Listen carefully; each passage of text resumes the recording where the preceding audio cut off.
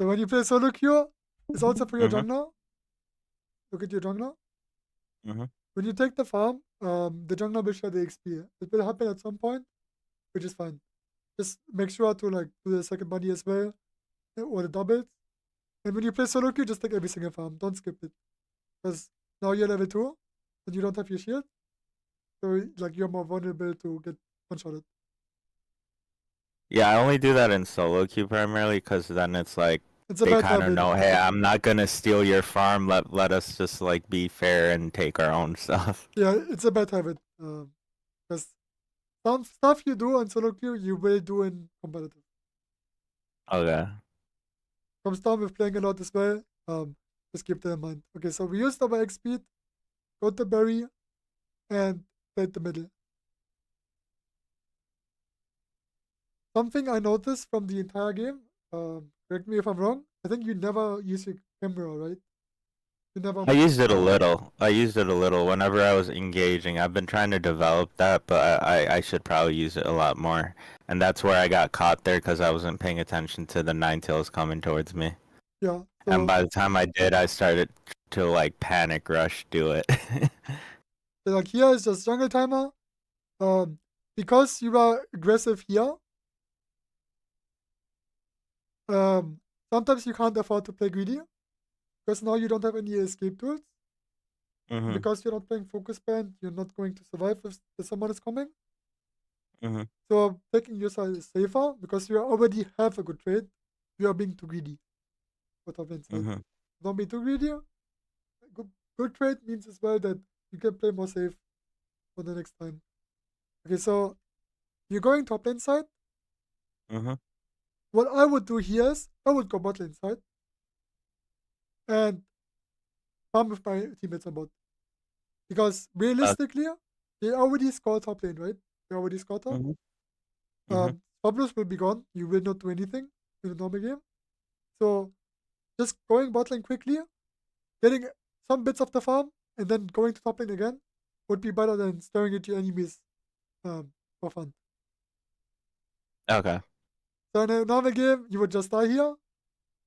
If your jungler is not coming. If your jungler is top lane, you should go top lane. But if your jungler decides to go bot lane, just leave your support top lane and go towards bot lane to get some kind of value, and then go top lane again. Like this is like a strategy you can do. So here you are trying to get the swap loose. It's fine. Keep in mind in a normal solo queue game, I mean like in a 5-star game, where the the enemy jungler against top lane and gets value, your bot lane jungler, like your jungler should get value from bot lane, right? Because Mhm. it's 3 versus 2. So if the jungler gets value from bot lane and doesn't need the entire jungle, you can ask him, can I take your red buff and your Voltor? Because again, you're playing a character which is strong at level 7, so just accept the fact that you're losing early game, basically. So don't be too I resentful about have it. been doing that a bit more when I do have comms at least. Yeah. I kind of hesitate in solo queue because people get really mad and they're like, check it out, check it out. I would focus more on myself in solo queue as well than Uh-huh. in the teammate. Okay. Okay, so here you're questioning, should I push bot lane? I mean top lane, does it make sense? Again, you did Mm. mention that you're using the camera, but I was watching your game. You didn't use it a single time. Like this I game. used it in the center for that Charizard and Dragonite and Desi area. It's more But about this you're in the using it like beginning a I did not. yeah, I did you're not. using it a little bit, but here I would just panel my camera towards the bot lane while I'm moving Mhm. towards top to see how many members are bot lane. Obviously, you can also see the minimap. 2 people are bot. Your jungler is top. That push is reasonable. If there's no vision, it would be unreasonable because you don't really see anyone. Maybe if you push, you die. So, um, in the future, you can try to use the camera a little bit more, but it's just step by Yeah. step. I rely a lot on the minimap, unfortunately, so I've been trying to, but I do need to get better at using the pan towards people, so Yeah. Okay, so what I noticed from your game is you Mhm. barely use your wild card.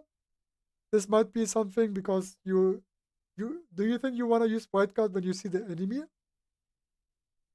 Yeah, and it's also so like I'm not caught with a weaker normal attack if let's say like a jungle is hiding in a bush because I don't have someone doing bush checks or getting me vision at the moment. Hmm? I think that's more because it's a solo key thing right now. Yeah. Because so I would just use white card on this Fabulous, get stacks, 2 stacks, and then use Sacred Spot, and then go through this Fabulous. This is something you did throughout the game, where you run around as a sword, which is very, very, very risky. Like, this is like rule number 1. Never run around with your sword stance. Always, when you stack, when you score, when you attack, use your white card. Now I would use my white card, and if he attacks me, fine, I'm gonna kill him. Because now, if he attacks me, white card gives you an additional stack when someone is attacking you while you are performing the action. But you get 1 stack for free for using white card. So you would have 3 stacks using white card plus Sacred Spot. So every time you walk around, make sure press white card and then walk around. Okay. Because then you get an additional stack, and then you're safer. You can face check bosses with your shield form. And when you activate your white card before a fight, you can get another white card. You're in the shield form. That means you can use Sacred Spot to auto attack the enemy, and then use white card to get into the shield stance. So in this situation, I should have also, like, for the objective, started off with Wide Guard, then go into Sacred Sword so I could have more, right? Okay. What I would do here is white card here, Sacred Spot regular here, attack it 2 times, white card again, auto attack the Elakia. Because when you auto attack, you get 1 second cooldown reduction. Okay. So as you can see here, your white card is up, you are not using it, you're using Sacred Sword and securing the objective. What I would do is here, I would use my white card to push him away. And if he attacks me, I get an additional stack. And then when he goes to the objective, I will use Sacred Spot. So quick question, if I have my Wide Guard up, can he still Horn Leech me? In your white card action, not. But in your shield form, yes. You are unstoppable right now. Nobody can touch you, nobody can move you unless Charizard uses you not move you. Okay.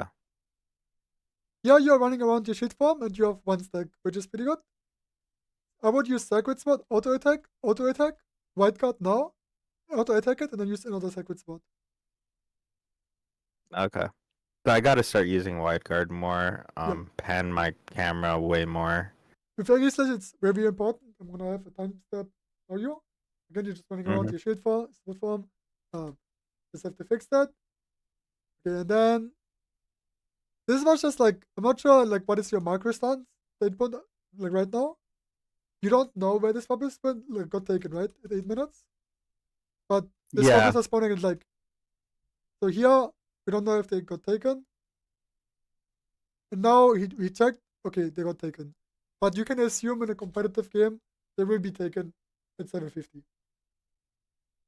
Yeah, I just habit to check because there's been times where it's been like 7:30 and I just see them chilling still there because like they're having a crazy fight bottom that's like been extended. So I still check just to be safe and solo. Okay, so what do you think after you break the skull zone? Like, what is your thought process?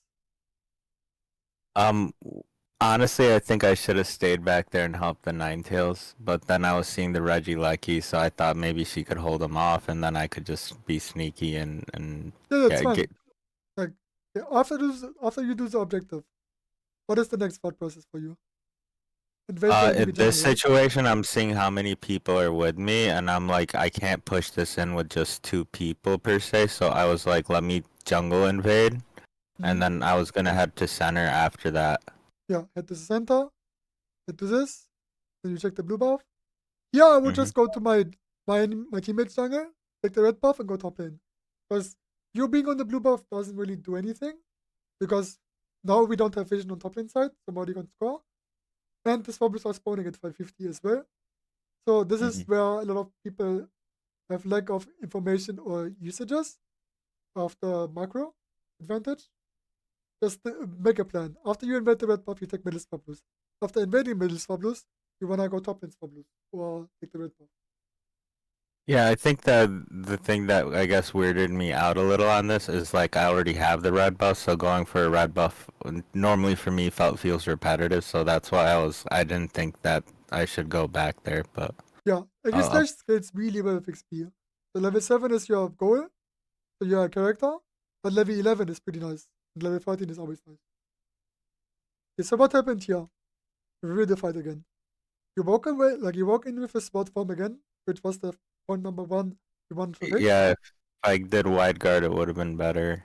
I would attack him with Really. Sacred Spot. Mhm. Um, I have at least 2 or 3 stacks. I would Mhm. attack him with Sacred Spot, auto attack him, and then use the White Card instantly.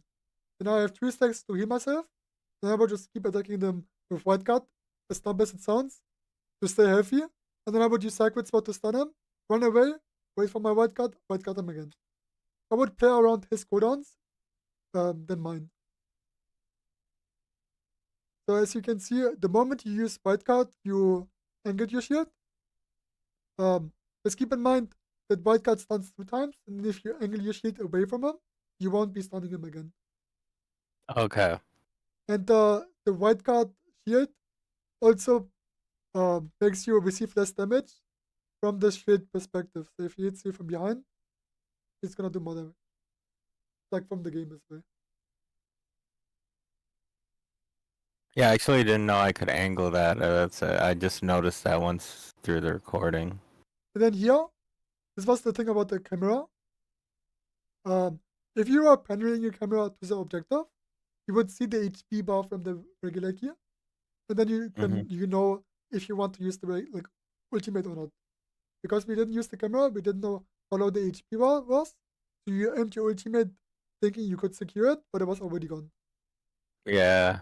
That's why it's really important to learn how to use your camera with Aegislash, because your ultimate has a really long range. So sometimes you will not even see the ultimate, but you see the regular KHP. Then here again, like just spot stance, but we're gonna fix that. And then for the engage, I would two things you can do. You can engage with White Guard to get your stacks and then run away.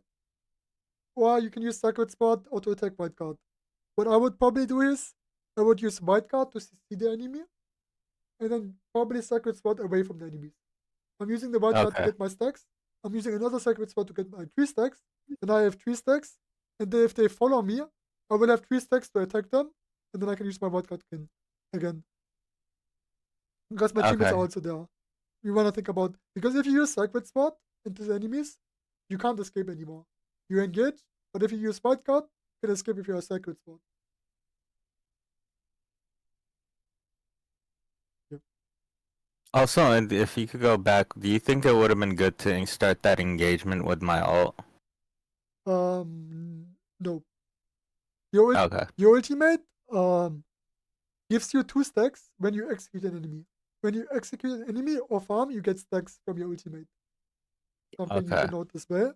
So you wanna execute the enemy. Starting it with an ultimate isn't a bad idea. You could even use it. Use your ultimate, use Sacred Spot, use White Guard. The idea is fine, Yeah. but what I like to do is I like to like execute the enemy and then use White Guard instantly after. Because when you use your Unite move, you swap to your spot stance. Okay. Okay. Farming is fine. Okay, so let's see the regular like the Denied fight again.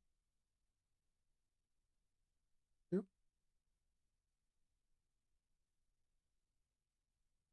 This was like you started using your camera a little bit. Sorry if I didn't see it. Um, it's good that you moved your camera. This is what you should do with Aegislash. But then like moving the camera to the bottom, you can see if the Denied is like low HP, and then you can do this more better. But yeah, try to use this camera movement that you're doing right now more in the early game as well. It's really important. Because especially for characters like Aegislash, having vision is really good because you can plan ahead of time. Okay, so what did you do? Sacred Sword? Auto attack. I would use White Guard instantly. Yeah. White card, Okay. stun the enemy, auto attack him with 2 auto attacks, and then you get cooldown reduction from Sacred Sword, and then you can use another Sacred Sword. Don't let the enemy escape your grasp when you have him, basically.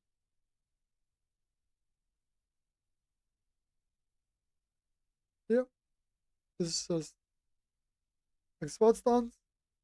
And then when it comes down to flipping, obviously you wanna be in your shield form before, but you can use Sacred Sword, ultimate instantly, and then an auto attack to follow up. You don't have to secure the objective with the ultimate necessarily, because your auto attack comes in instantly after the ultimate. Okay. Because you use Sacred Sword, you lower the defense, so your ultimate does more damage, and then you can auto attack instantly. Okay, so the main thing you wanna focus on is in the beginning when you play Aegislash, don't be on your sword form when you run around. This is the #1 mistake Aegislash players are doing. Guys, we won a game. Okay, so I'm just gonna do like a live coaching, where I basically just like yap the entire time. Okay, so currently I'm playing like the weakness Ice Cookie attack rate. This is a different build. Again, when you play Aegislash, you can play so many builds. It just depends on like what build you like to play. So for this game, you're playing this build. The more damage you do, the more healing you receive from the shield stance. Because the shield stance scale, like the shield stance heal scales with damage actually. Okay. Okay, so when I play top lane side, the issue with solo queue is if you don't play with Expedia, you won't get level 7 as fast. So what you were doing was right, like you just play on the enemy side. I like to play opposite side of my teammate when he doesn't have Expedia. I'm just gonna share everything.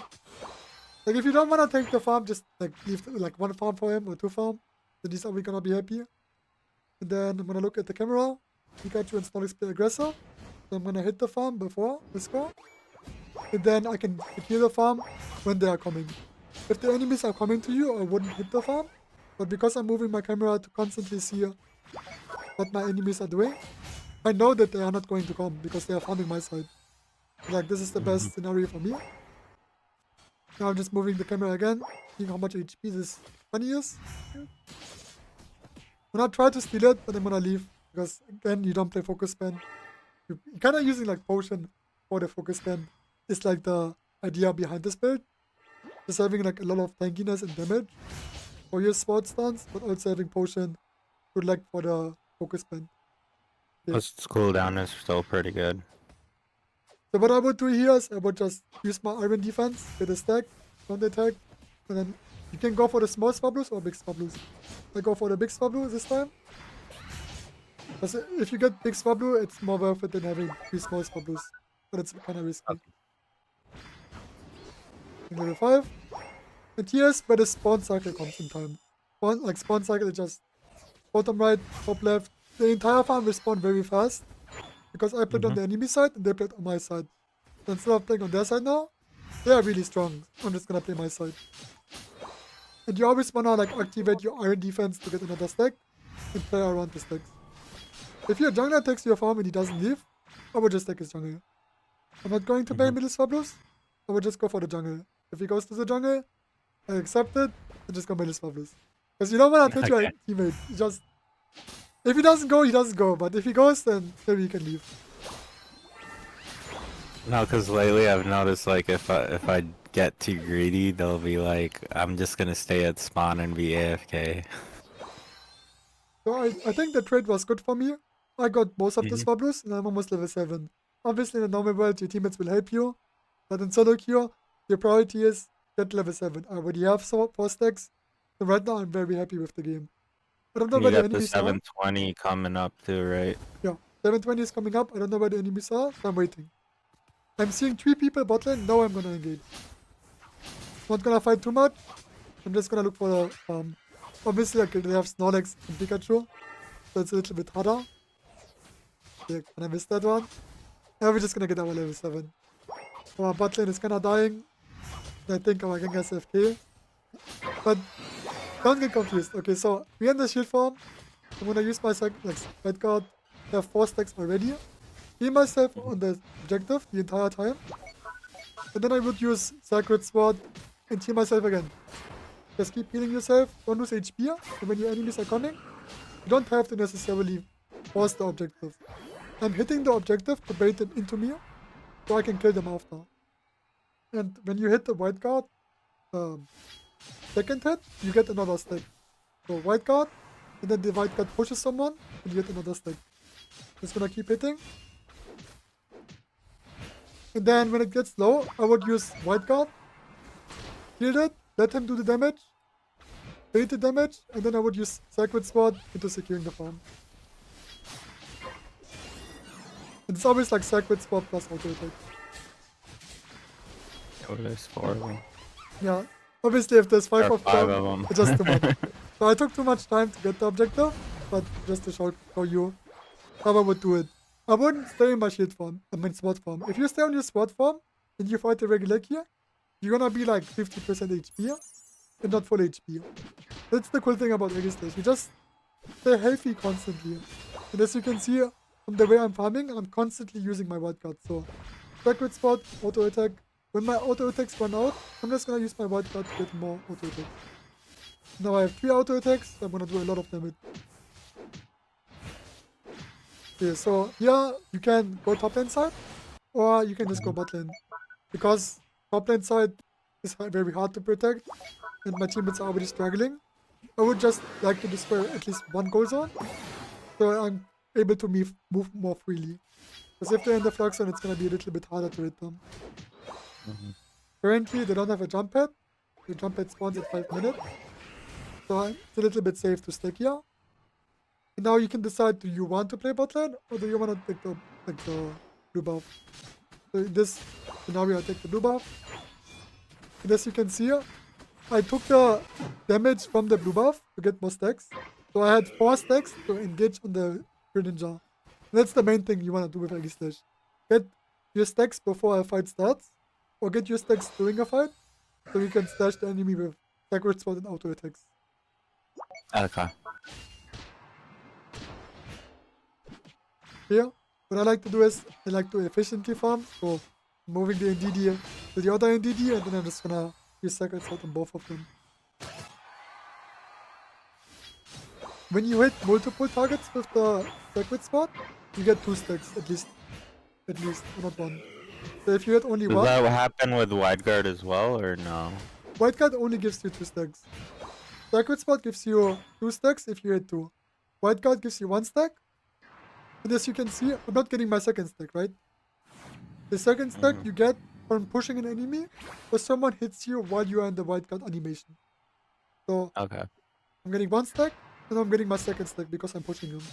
If you push nothing, you won't get the second stack. So if you try to use Sacred Sword, try to hit 2 targets, so you get 2 stacks. Okay, so white card again. Let them tank the ability, and then just engage on them.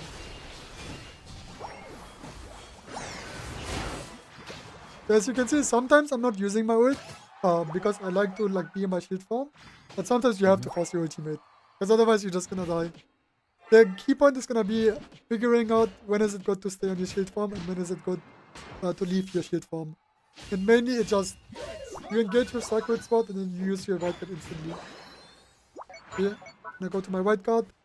It's a habit you need to build up, just using your white card. As you can see, right now there's nothing to it. I'm still gonna use it. I have another stack. And now I can use it for the 3rd time. I have 3 stacks without really fighting an enemy. And as you can see, I'm using the 3 stacks and the enemies are just dead again.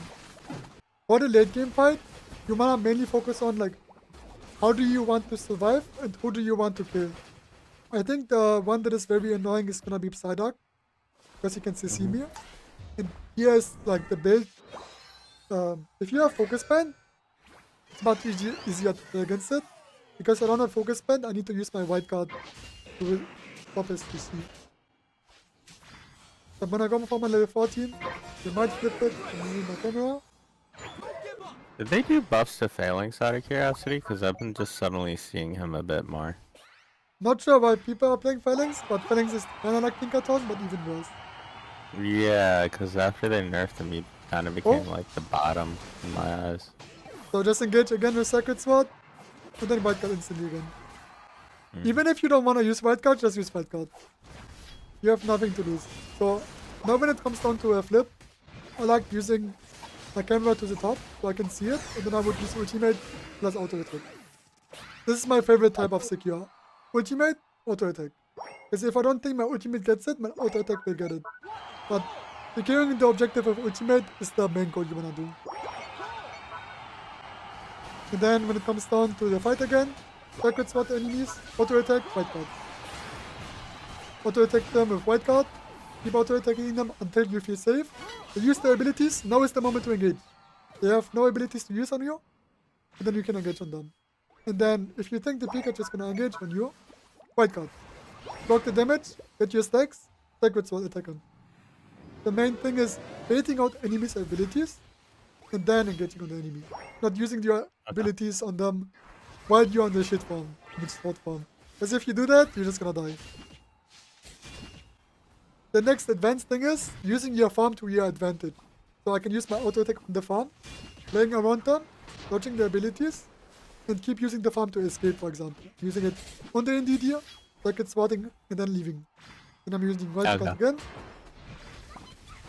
We just keep playing around the shield farm. But obviously, there's too many things. So, for example, if you want to escape, you want to Sacred Spot the ball toy above the ball, Sacred Spot auto attack the other ball toy, and just run away with your auto attacks. Yeah. Have you learned some stuff from Aegislash? But the main thing is, first step, get level 7. Second step, stay in your White Card form most of the time. Once the enemies use the ability on you, then you wanna engage. No, I definitely learned a lot. That's why I'm actually really happy I picked Aegislash, because I felt out those three, this was the one I need like a huge refresher, as well as like there are things I didn't know that like the wide guard, as well as moving the wide guard and making sure I'm aiming it towards the enemies, like things I should be more conscious of that I wasn't being. Yeah. So I'm actually really happy I picked Aegislash. So the next step is gonna be knowing how to use your stacks around the minimap, around the fight. Using your auto attack to get behind Snorlax's shield, and then using White Card, for example. Aegislash is a character that requires a lot of like brain usages. So you gotta really just play with the Aegislash, really know how to use everything to your advantage, because Aegislash is such a great character, and it's finally buffed and finally kind of feel like it's good.